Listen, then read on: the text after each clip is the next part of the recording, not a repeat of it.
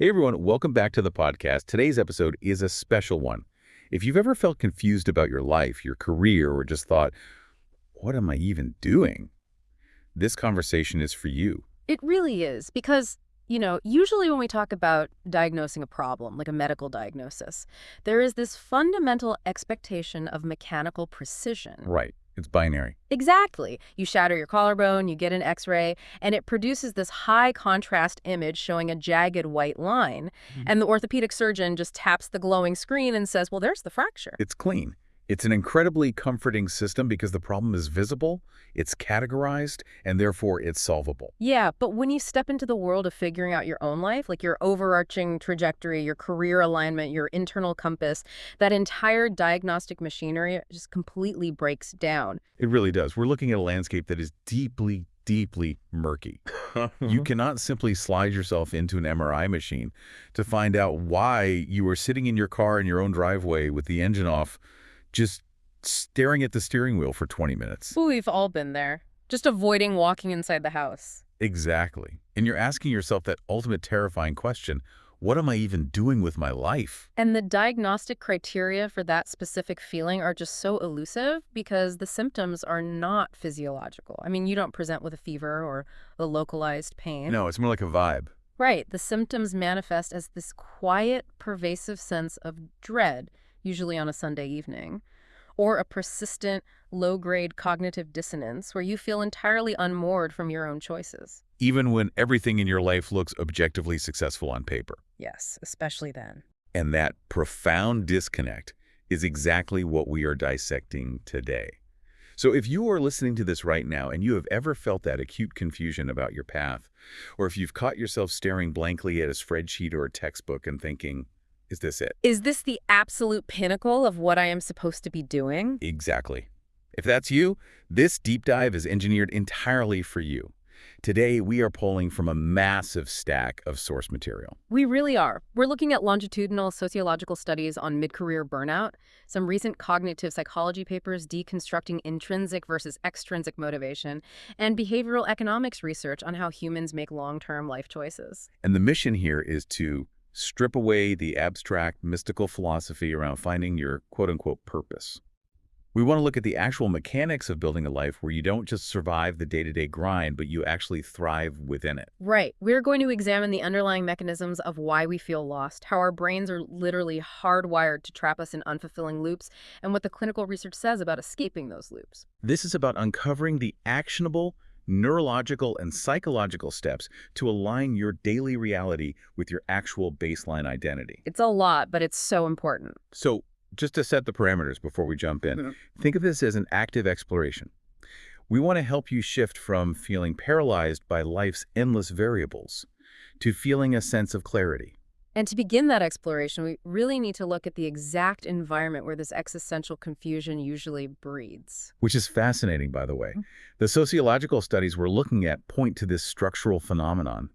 It's the jarring, almost violent psychological transition that happens when the highly curated portion of your life suddenly terminates. Yeah, because think about it. For the first 2 decades of human development in modern society, an individual is placed on a highly optimized conveyor belt of structure. You have a built-in syllabus for existence. Exactly. Teachers tell you precisely what chapter to read. Standardized exams measure your comprehension of that chapter with quantitative precision. You have semesters, you have clear rubrics, you have undeniable chronological milestones. It's essentially an outsourced dopamine system.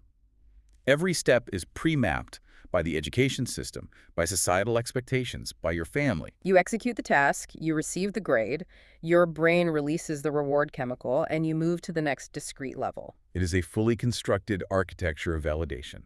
But then you graduate college or you finish your vocational training and you are effectively shoved off the end of that conveyor belt into free fall. The psychological vacuum that follows is just staggering. It really is. There are suddenly no authorities handing you a syllabus. There are no midterms to objectively measure if you are succeeding at being a 25-year-old. Right. There is no predetermined next step. We call it the post-structure void. And the thing is, human neurology absolutely despises a vacuum. It hates it. Our brains are prediction engines, right? They need patterns and structures to reduce cognitive load and anxiety. So when the syllabus disappears, we panic. We scramble to plug the nearest available socially acceptable structure into that void. And according to the behavioral research, the most common substitute for a genuine life purpose is simply acquiring a job. We convince ourselves that if we just secure employment, we reconstruct the conveyor belt. Which leads us to a brilliant case study from the literature that perfectly illustrates this trap. We'll refer to him as Jake. Ah, Jake. Jake represents the archetype of modern societal optimization. He navigated the post-structure void flawlessly according to the established metrics. He secured what the culture universally defines as the dream.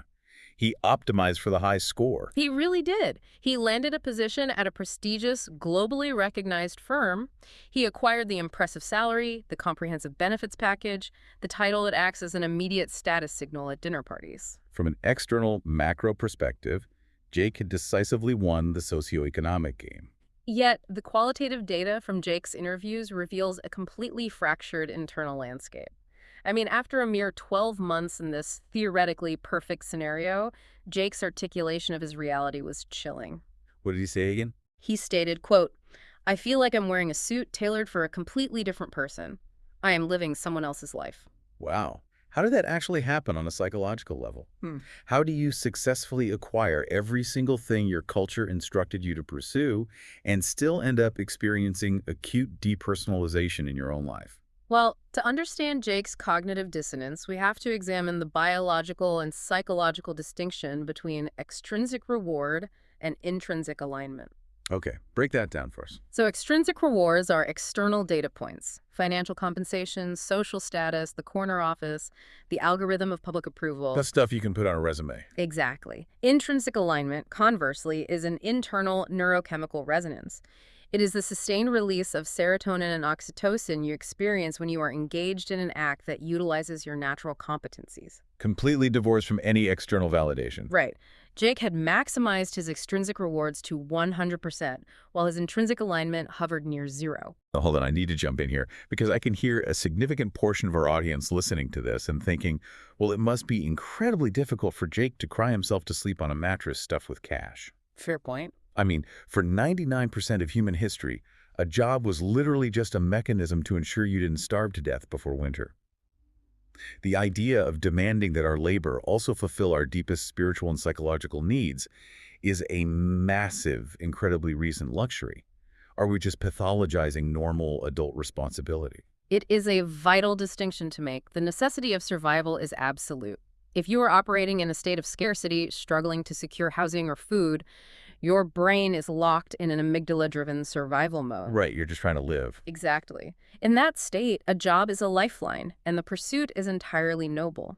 However, the psychological literature, particularly advancements in humanistic psychology, demonstrates that once that baseline of physical security is established, which it definitively was for Jake, our neurobiology fundamentally shifts its demands. The goalposts move. They do.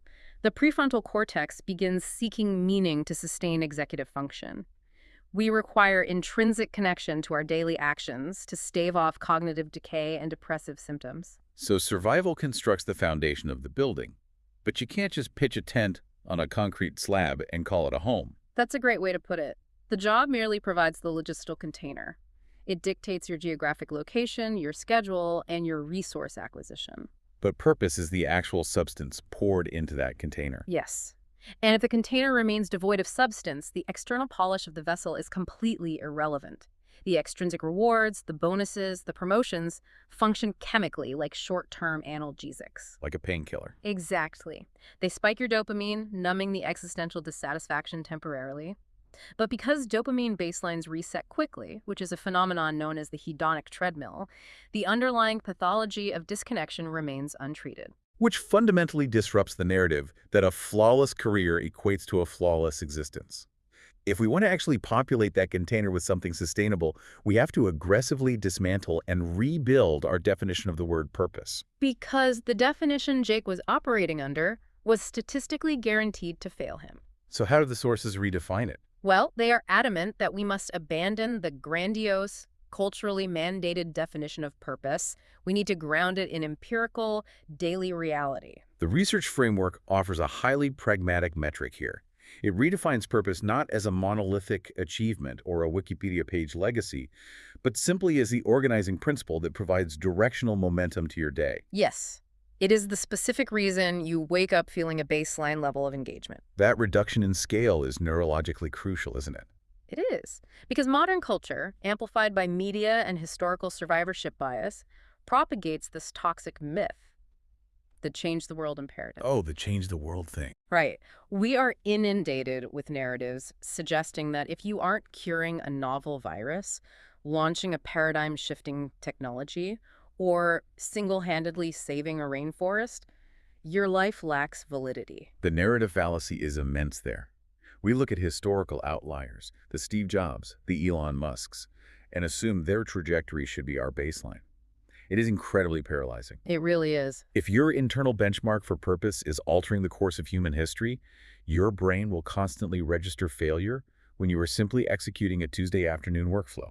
And that induces massive allostatic load chronic stress because the gap between your reality and your expected purpose is just insurmountable. You think, well, I haven't eradicated poverty today, so I am functionally useless. Which is why cognitive behavioral researchers emphasize the necessity of micro-purposes. Right. Purpose operates much more like a continuous feedback loop than a singular finish line. A micro-purpose can be mentoring a junior colleague. It can be optimizing a community garden. It can be the quiet, uncelebrated act of regulating your own emotional reactivity so you can be more present for your family. Or it can be the solitary commitment to incrementally mastering a new language. Instead of using the cliché analogy of treating purpose like a daily diet, let's look at it mechanically. We culturally treat purpose like a treasure map, right?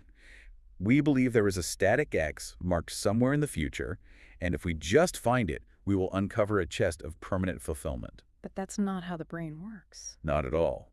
Neurologically, purpose acts like the gyroscope inside a ship. I love this analogy. A gyroscope doesn't tell the captain where the final destination is. It doesn't contain a map. What it does is constantly spin, making thousands of microscopic, real-time adjustments to keep the vessel upright when the ocean gets violent. That's what a micropurpose does. It provides internal stabilization, not external destination. The gyroscope metaphor perfectly captures the mechanics of resilience. When you integrate that understanding, the psychological relief is measurable. The cortisol levels literally drop. The cognitive load is lifted. Because you realize your purpose is not some mythical leviathan you have to hunt down. It is an accessible, daily mechanism you can calibrate. You regain agency over your own neurochemistry. But if we establish that the gyroscope is powered by these small, localized actions, how do we identify which actions actually calibrate our specific machine? That's the challenge, isn't it? Yeah, because the daily environment is incredibly noisy. We are bombarded with demands. Where do we locate the data points for our own micro-purposes? Well, the behavioral studies provide a highly specific filter for this signal-to-noise problem. They suggest examining the phenomenon of unseen joy. Unseen joy. Yes. Yeah. You look for the activities you naturally default to when the performative layer of your life is completely stripped away. And the performative layer is thicker than ever right now. We exist in an era of hypervisibility. Everything is documented, quantified, and broadcast. Which makes it exceptionally difficult for the brain to distinguish between an activity we genuinely enjoy and an activity we only tolerate because we enjoy the social capital it generates. This is a classic conflict within self-determination theory. We have to separate the behavior from the audience. The research highlights specific behavioral anomalies to illustrate this. Consider the individual who spends hours writing incredibly complex, esoteric code for a software project they know will never be monetized or widely adopted. Or the person who meticulously restores vintage watches at a workbench in their garage at 2 a.m. purely for the tactile satisfaction of watching the gears finally synchronize. Exactly. These scenarios represent the activation of intrinsic motivation in its purest state. When an individual engages in a task without the anticipation of external reward, their brain enters a different operational mode. The pressure of the audience is gone. And that pressure, which activates the brain's executive control network to monitor social standing, once that's removed, it allows the default mode network, which is associated with deep identity and self-referential thought, to synchronize with the task at hand. This is the physiological basis of what psychologist Csikszentmihalyi identified as a flow state. Yes. That removal of the audience is the ultimate diagnostic filter. If you eliminate the financial incentive, the societal applause, and the algorithm, what behaviors do you still exhibit in the dark? Are you still outlining that novel? Are you still analyzing historical data for fun? Because if an activity survives the removal of all external validation, it means the neurological reward is embedded in the process itself, not the outcome. So the critical diagnostic question for you listening is this. When was the last time you experienced a profound sense of engagement while doing something entirely unobserved? What activities do you engage in where your perception of time distorts and hours feel like minutes simply because the act itself is the reward? It requires serious introspection. It does. But if it's true that we possess these innate inclinations, these intrinsic flow states, why is the standard human experience characterized by a total abandonment of them? Why do we actively suppress the very activities that generate our internal stabilization? Well, the suppression is an evolutionary adaptation. The primary antagonist to purpose is the architecture of fear. And it is a highly structural, deeply ingrained architecture. Very much so. The clinical literature isolates three core pillars supporting this architecture: the fear of failure, the fear of social judgment, and the fear of resource depletion. Specifically, financial ruin. Right. These aren't just abstract concepts. They are ancient evolutionary alarm systems functioning in a modern environment. Let's contextualize this with the painter example from the sociological data. Imagine an individual who possesses a deep intrinsic alignment with painting. In the studio, they hit that flow state. But they refuse to pursue it publicly. They won't show the work, let alone try to build a life around it, because they are paralyzed by the conviction that they aren't good enough. We have to look at the evolutionary biology of that paralysis. Why does the prospect of painting a mediocre canvas induce a physiological stress response akin to being stalked by a predator? It sounds irrational when you say it like that. It does, but it makes evolutionary sense because for hundreds of thousands of years, humans survived in small, tightly knit tribes of about 50 people. In that environment, your social status was your primary survival mechanism. If the tribe judged you as incompetent or useless, you were exiled. And exile meant guaranteed death. Our modern brains are still running that Pleistocene software. When we imagine a gallery critic or a family member judging our painting, our amygdala fires as if our physical survival is under immediate threat. The stakes feel biological, even when they're merely psychological. And this fear is weaponized by what we call the societal script. Explain the script. Well, society functions as a macroorganism, and organisms prioritize stability and predictability. The cultural script aggressively directs you toward known, quantifiable paths: engineering, medicine, corporate finance. It actively discourages the unpredictable variables of artistic or unconventional pursuits because they are harder to measure and control. And the neurological tragedy of surrendering to that script is profound. It's not just a matter of putting the paintbrushes in a closet.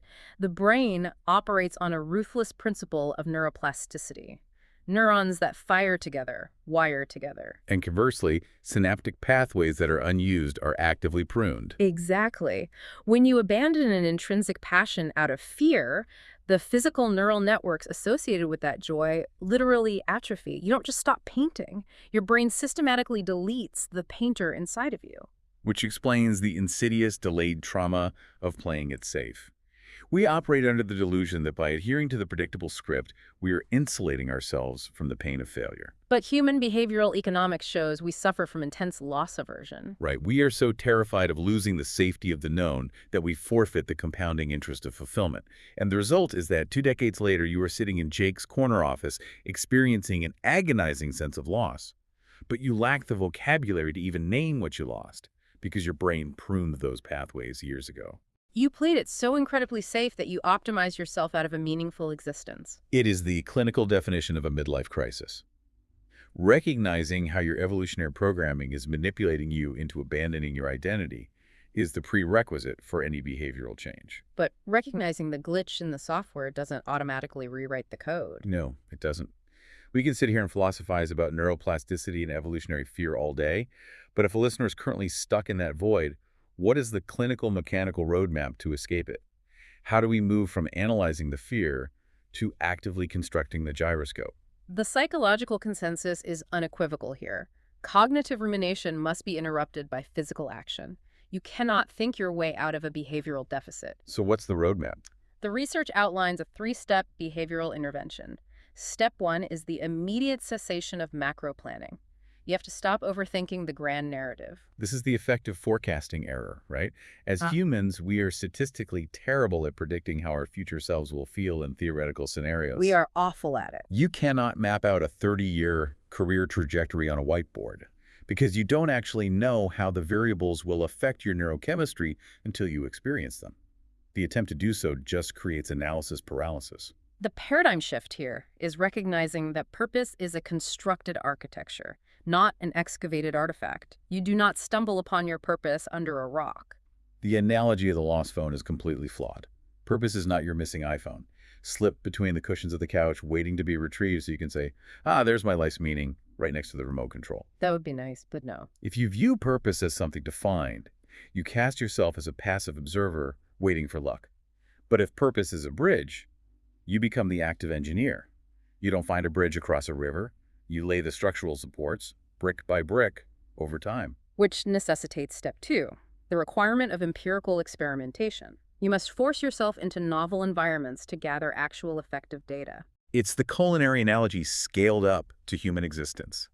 You cannot credibly declare that you despise a specific cuisine if you have never exposed your palate to its flavor profile. Exactly. You cannot state, I would be miserable as a data analyst if you have never engaged with a raw data set. You cannot know that leading a team will induce anxiety until you are actually managing the interpersonal dynamics of a project.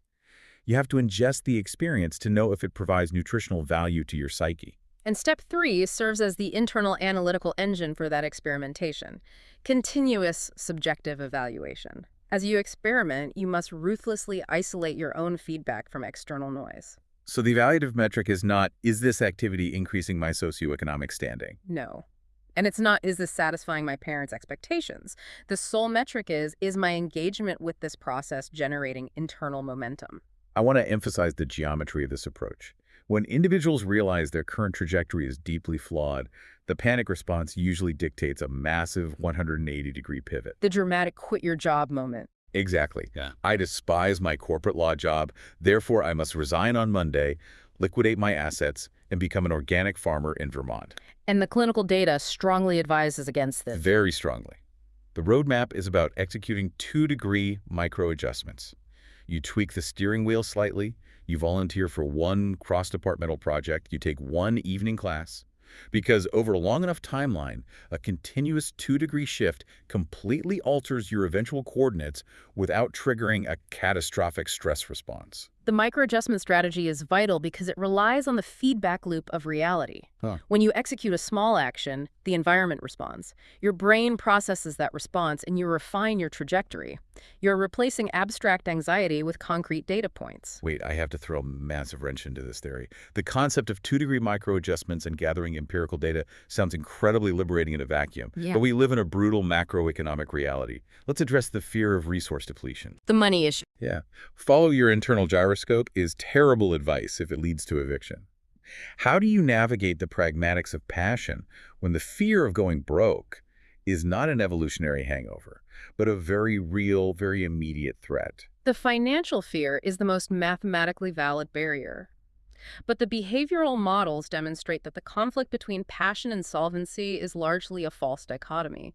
The literature advocates for a methodology known as the safe transition model. How did that work? It explicitly prohibits the dramatic, reckless leap into the unknown. So you don't burn the boats. You absolutely maintain the primary vessel. You do not resign from your primary source of income. You utilize the financial stability of your current job as the venture capital to fund your experimentation. Oh, that's a good way to frame it. Right. You initiate the micro adjustments in your off hours. You test the viability of your passion project, both its financial potential and its psychological sustainability, before you ever compromise your baseline security. Okay, let's look at the physiological toll of that.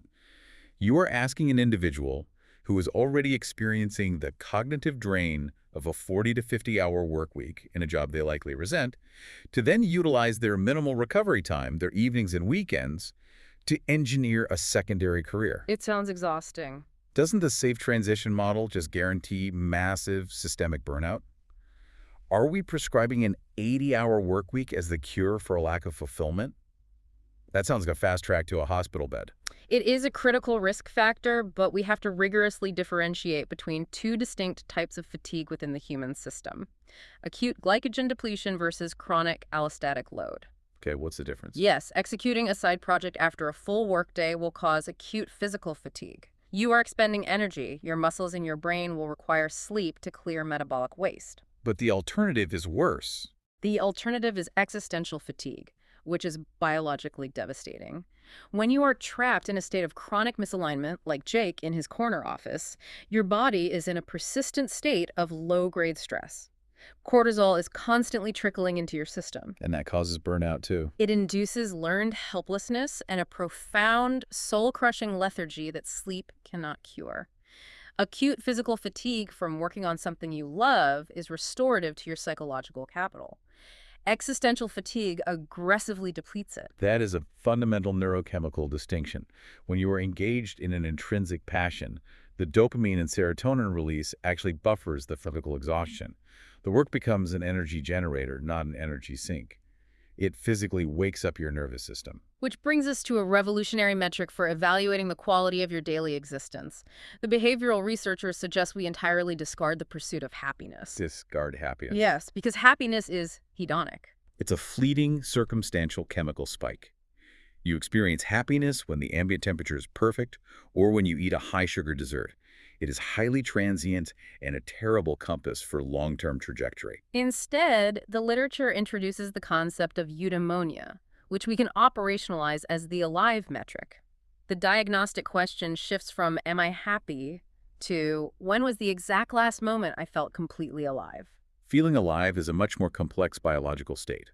It incorporates challenge, the friction of learning, states of deep flow, and the profound engagement of your cognitive faculties. When you can pinpoint the specific instances that generated that state and reverse engineer the variables that created it, you have found the blueprint for your gyroscope.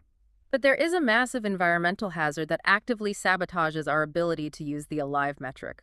We have to address the evolutionary mismatch of the modern comparison trap, which is astronomically amplified by social media architecture. Right.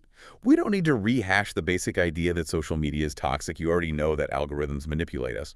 But we need to look at the evolutionary biology of why it destroys our sense of purpose. Let's go back to Dunbar's number. Yes. As we discussed, the human brain evolved to track its social status within a tribe of roughly 50 individuals. If you were the third best hunter in your tribe, your brain released serotonin, rewarding you with a sense of competence and purpose. But today, the smartphone obliterates Dunbar's number. You are no longer comparing your progress to the 50 people in your immediate environment. The algorithm specifically curates the top 0.00001% of global extreme outliers and beams their highly edited highlight reels directly into your visual cortex. It completely shatters our local status tracing neurology. When you are attempting to initiate your Chapter 1, when you are engaging in the messy, unglamorous early stages of learning a new skill, and your brain is forced to compare that reality against the heavily produced, globally optimized Chapter 10 of an internet stranger, the dopamine prediction error is catastrophic. Your brain perceives you as hopelessly biologically inferior, and it shuts down motivation to conserve energy. It is a rigged game playing out on an evolutionary scale. You cannot biologically win that comparison. Therefore, the clinical intervention is aggressive isolation. You must systematically abandon external comparison. You have to construct a psychological firewall around your own progress. The objective is to decouple your dopamine release from relative global status and attach it instead to absolute internal progress. You have to hack your own reward system to celebrate the microscopic step. Because neuroplasticity doesn't care about the scale of the action, only the consistency. If you spend 15 minutes reading a technical manual for a field you are curious about, that is a successful neurological repetition. If you write one poorly structured paragraph of a screenplay, you have strengthened that specific neural pathway. The accumulation of those microscopic repetitions is the physical construction of the bridge we discussed earlier. And to facilitate the laying of that very first brick, the cognitive psychology research provides a highly effective, tangible exercise. We call it the intersection exercise, and you can literally execute it the moment this deep dive concludes. It requires externalizing your cognition. You need a physical notebook or a digital document. The act of writing is critical here because it forces the prefrontal cortex to organize abstract, swirling anxieties into linear, concrete data. You are going to construct 3 specific inventories. Inventory 1. The unseen joy assessment. What activities do you engage in where the process is the reward? Remember to apply the filter. If we eliminate all financial compensation and all social visibility, what behaviors remain? Write them down. Bypassing the brain's tendency to immediately judge them is impractical. Inventory 2. The competency audit. What are you naturally proficient at? And we must warn you, human beings are notoriously terrible at self-assessing this due to the curse of knowledge. It's an inverse Dunning-Kruger effect. When you are highly skilled at something, say de-escalating tense interpersonal conflicts or organizing chaotic data sets, it requires very little cognitive effort for you. Because it feels effortless to you, your brain assumes it is effortless for everyone else, and you systematically devalue your own expertise. You have to ask yourself, what do people consistently ask for my assistance with? What systems do I navigate with ease that seem to deeply frustrate others? Inventory 3. The external problem matrix. This bridges your internal neurochemistry with the external environment. What specific frictions in the world do you feel a compulsion to resolve? Is it the inefficiency of local supply chains? Is it the lack of scientific literacy in public discourse? Is it the aesthetic isolation of urban environments? Once you have externalized these 3 inventories, what generates intrinsic flow, what you possess high competency in, and what external frictions you want to solve, you map them against each other. You are looking for the Venn diagram overlap. The intersect. Exactly. The intersection of those 3 data sets is the highest probability coordinate for your gyroscope. If your intrinsic joy is complex problem solving, your competency is explaining dense concepts clearly, and the problem you want to solve is financial illiteracy in young adults. The intersection points directly toward developing educational platforms or curriculum design. But the crucial caveat to this exercise is understanding its function. The output of this intersection is not a blood oath. It is not a permanent, unalterable life sentence. It is simply a directional vector. It is designed solely to break the paralysis of the post-structure void and initiate momentum.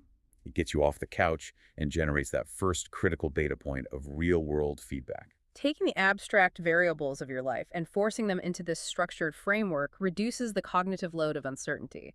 It shifts your brain from the panic of endless possibility into the execution of a singular, manageable experiment. Let's synthesize the mechanics we've mapped out today. We started by diagnosing the neurochemical withdrawal of the post-structure void, that terrifying vacuum when the societal conveyor belt terminates. We examined Jake's physiological burnout to understand why the pursuit of purely extrinsic, status-driven rewards acts as a painkiller rather than a cure. And we recalibrated the definition of purpose from a mythical world-saving destination to the daily, stabilizing function of an internal gyroscope. We identified the diagnostic power of unseen joy, where the default mode network aligns with task execution.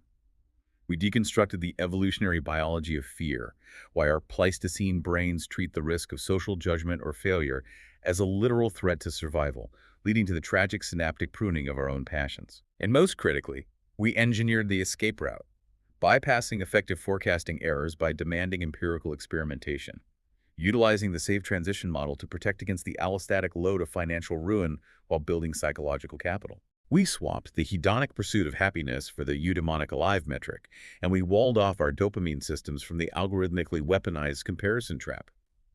Finally, we externalized our cognition with the intersection exercise to generate an immediate directional vector. It is a complete, scientifically grounded framework for reclaiming agency over your own trajectory. But before we sign off, I want to introduce one final, highly disruptive variable into this equation. A concept that builds on everything we've explored.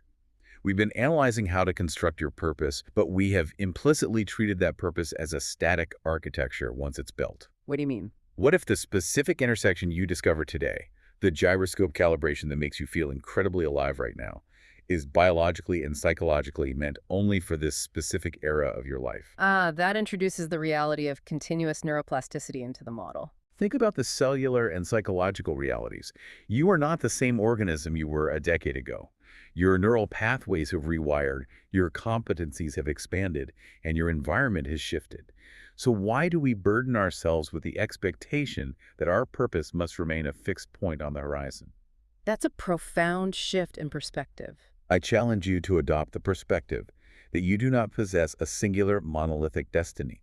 You possess an evolving epigenetic sequence of purposes that will continually adapt as you do. The pressure to figure out the next 40 years is a cognitive illusion. You only need to calibrate the gyroscope for the current storm. It mathematically allows you to be both a completed structure and an active construction site simultaneously. Which is the most accurate description of the human condition I can think of. If the mechanics we unpack today help recalibrate your own internal compass, or if they simply reduce the ambient anxiety of the void, send this exploration to someone in your network who is currently stuck in the analysis paralysis of their own path. Let them know the diagnostic machinery isn't broken, it just needs to be aimed inward. And remember the core operational rule. You don't need a flawless 30-year schematic to begin building the bridge. You just need to lay the first brick.